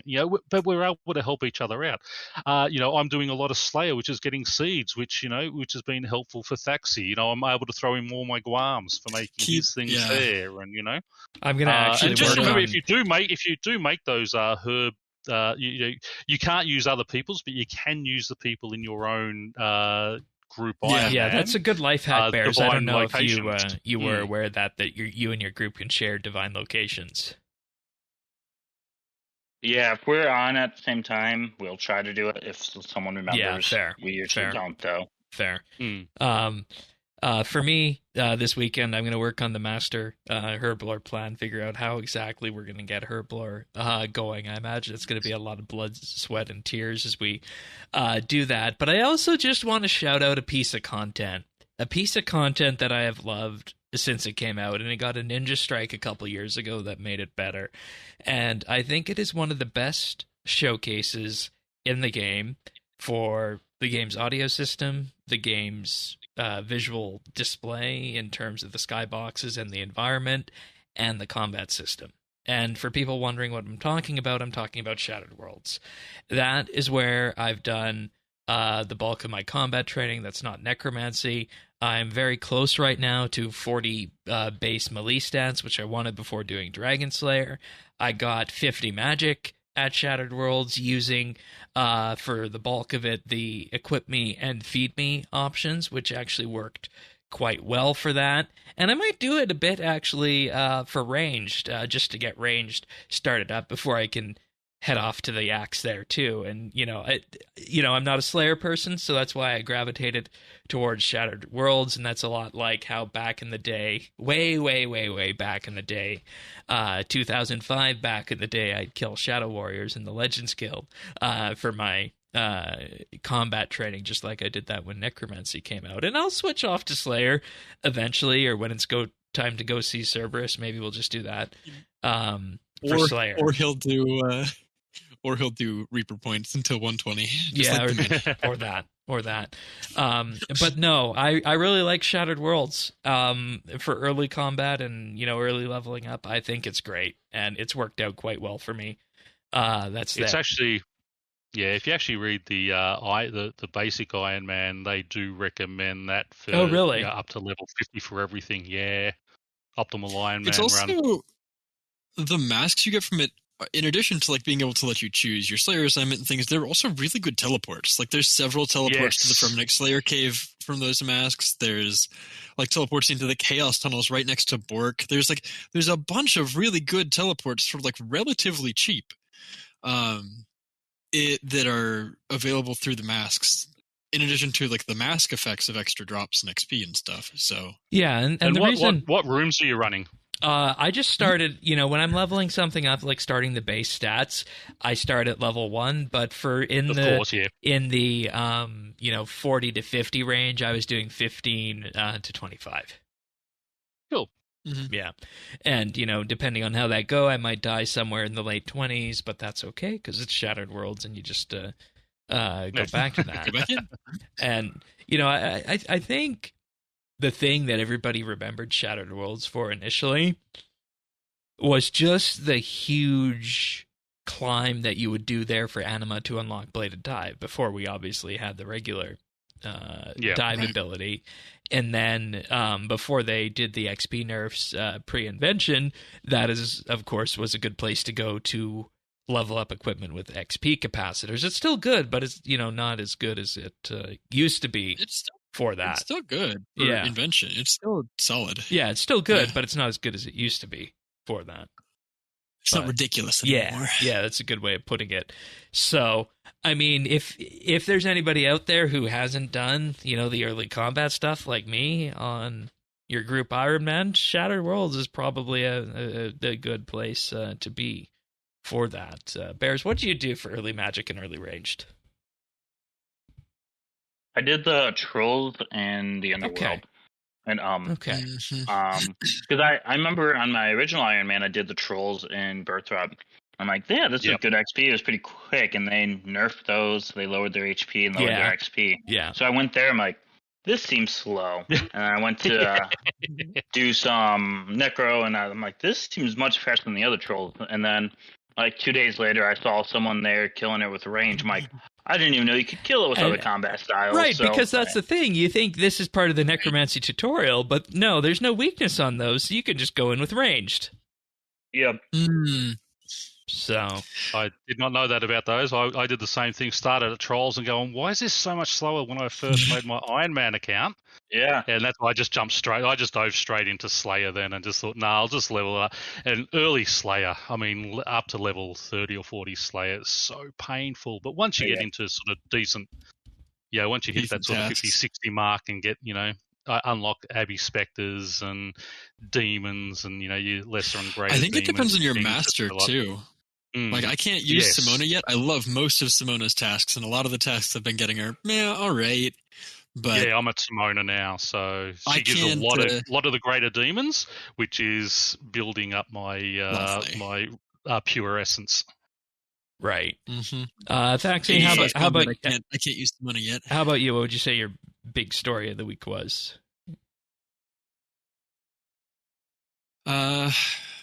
I would say, unlocking invention over the weekend was probably the biggest thing. That's been kind of huge. And then since then, it's kind of just trying to figure out what, how to use it. What's the easiest way to get things that I can augment, and what's the easiest way to get augmenters. And that's been an interesting challenge in wikiing, I would say, so far. I've spent a good amount of time this week killing cave slimes under Lumbridge. Gotten several range levels and magic levels that way. I got the magic level to do Lunar Diplomacy. I haven't done it yet. I also finished off Recipe for Disaster. Desert Treasure, a couple of those. But yeah, cave slimes, by far the easiest way to get Swamp Tar, which is the fuel of choice for red and black salamanders. The red salamander is, I think, just going to be my weapon of choice for most of the 60s in range. I'm using like one tar every like 2 to 3 kills on Slayer usually, And you make 15 tar per Terramin, and we just don't have another good use for Terramin anyways. So it's a little bit of chip herblore XP. And I guess bears with that. We talked about this last week on the show. How do you guys feel about mid-level ranged, like in the 50s and 60s in particular? There's not really a good way to do it.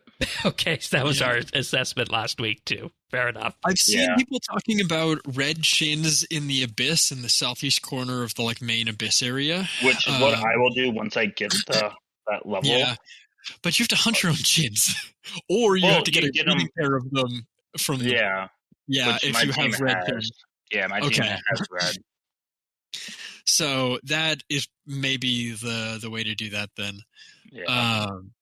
But I am red salamander Terramin tar, and that has been fine. It's definitely like every time you auto attack, you use a tar. So like you got to be a little careful with that one. But as long as you're like mostly ability, you've got your Revo set up and everything, it seems to last. And that's probably going to be my easiest augmentable weapons for very early invention, when you can only like level stuff up to level 5. Will be black salamanders. Crazy that you can augment those, but whatever.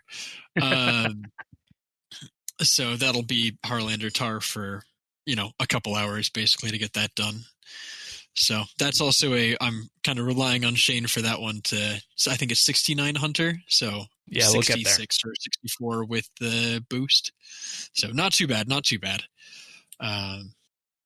But that's that's a few days off. That's been it for me, is a lot of like figuring out invention stuff. I did a ton of rituals. I did like an actual full day of tier 1, mostly ensouling rituals, a few like necroplasm and essence rituals. But I got from like 30 something to basically 60 necromancy just off of making armor that will be augmented. It's crazy, you just go make some armor, how much that increases your XP when you're ensouling everything yourself like that. So I mean, I spent like 8 hours on it. Like it's not okay. So you would be better off if you did actual combat than if you were there for XP. Oh yeah. Oh, almost certainly. The best way for necro was combat to pretty much 90 earlier. Yeah, you get so few of the ritual distractions early on, and they get like when I started, they were giving me like 200 XP. Now they're giving me like 400. Like they're not the same. The XP rate does not scale the same as doing rituals at high levels, unfortunately. I just hit 90 necro, and I did rituals all the way to 91, and it was so fast. I loved it. Yeah. Nice. That's So. That's it. It's been good so far. Also, the holiday quest. I know we kind of mentioned it. I think I mentioned it in pre-show. Did any of you guys notice the singular voice line in the quest? No. Nope. Right before you do the the food part at the end, you remember there the imp ate all the food. The imp burps. The only voice line in the entire quest is a burp from an imp. I'm gonna have to check my settings because I normally have voice on, and I didn't hear that. I'm wondering. I don't know if it was voiced or if it was just a sound effect. Okay, but like they played like during the thing when you're going through the dialogue, they play a burp sound. And I'm sitting there and I absolutely like cracked up, but it's one of those, like, it felt like somebody just made a very bad dad joke and I didn't want to laugh, but I'm like, are you serious? Of all the things you could like choose to voice, and just going through the dialogue and there's just a random burp coming out of my speakers. What is RuneScape? And if they had to do credits for the quest, like, if they had the same, actor regulations that US companies do for that sort of thing, then they'd have to, give the singular voice credit to whoever made the burp there. I don't know if it's technically even a voice credit or if it was just if it's a sound effect that is similar, because it could just be that this, the sound team did it. And again, shout out to the sound and environment team for that, as always, is gorgeous. But like, yeah, it was subtle enough and well done enough that I think it wouldn't be out of place for people that were just playing through the quest. It would just be a thing. But oh yeah, no, that imp burped. That is all. All right. Well, we do have some achievements this week. I'll start us off. We have Edict of Chaos with 200 million defense on December 4th, Atreus with 99 attack on the 3rd, as well as Iskatu with 120 fishing on the 3rd, and then Sparty Pants with 200 million defense on December 3rd as well. Also on the 3rd, we had Tim 2 with 120 prayer and divination. Congratulations. And Expolonia with 99 summoning, also on the 3rd. And moving on to December 1st, Hirecliff had 2. He hit 200 mil ranged and 200 mil firemaking. And on the 30th of November, Adani with 120 divination. On the 29th of November, we have in 6th with 99 necromancy, Lady Claw with 200 mil constitution on the 28th, and Warrock with 120 constitution on the 27th. Congratulations. Nicely Good done, job, everybody. All right, Bears, what are we doing here? For pick of the week. So I got a pick of the week. Long time ago, I gave a pick of the week of Connor Price, who's a TikTok artist, rapper. By far my favorite artist. Spotify Rap just came out. He was 90% of my music listened to. I 44,000 minutes listening to him and 55,000 total. Holy cow. Someone else can do the math on that. Lots. Yeah, so I really enjoy him. He's a rapper out of Canada, and he only does clean rap music. So he has one kid now, one on the way, and his goal is for be able to have his kids listen to his music at any time. So I kind of like that story, but he's going on tour in North America. Yeah, it's awesome. And he has all the YouTube shorts and TikToks with his kids in it. It's really cute. I love it. But he's going on tour in North America here in the spring, and so I got meet and greet tickets with him when he comes down to St. Louis, and I am so excited. And it was so funny. My fiance got the text that he was going on tour and tickets would be available in 10 minutes. And I think she was freaking out more than I was. And she was freaking out because she knew I would be freaking out. So that was really adorable. And so, yeah, we're going middle of April. I was so worried when I was going through his tour list or where he was going, and I got to April. Our wedding's end of April, and I'm like, it's going to be our wedding weekend, and I'm going to have to miss it. But luckily, it's not. So, yeah, he's like I said, family friendly, and just it's good music. He had this what would you call it? Kind of a bit where he'd spin a globe, and wherever his finger landed, he'd find someone from that area and make a song with them. So, I mean, he has music with people from Germany, Japan, Africa, South America, Canada, United States. So, yeah, he's good music. Seems like a good guy, and I'm excited to go see him live. Nice, and I think when you had him on as pick of the, you didn't have him on the show, but when you used him for pick of the week before, I think the story behind that is that he was 100% organically grown initially online, right? Yeah, yep. So he actually started out as an actor, child actor. I'm trying to remember what his biggest. I think he's in Supernatural for the next couple episodes. And so he dabbled with acting. He did a decent amount of acting growing up, and then once COVID hit, he couldn't find any acting jobs, and he just picked up a microphone and started to rap, and was apparently really good at that too. So a man of many skills, I guess. Right on. Sounds good. Link to that tour, and of course the I guess wider Connor Price stuff can be found in the show notes, of course, over at update.show. But that pretty much brings us to the end of the podcast this week. Hopefully everybody's enjoyed that.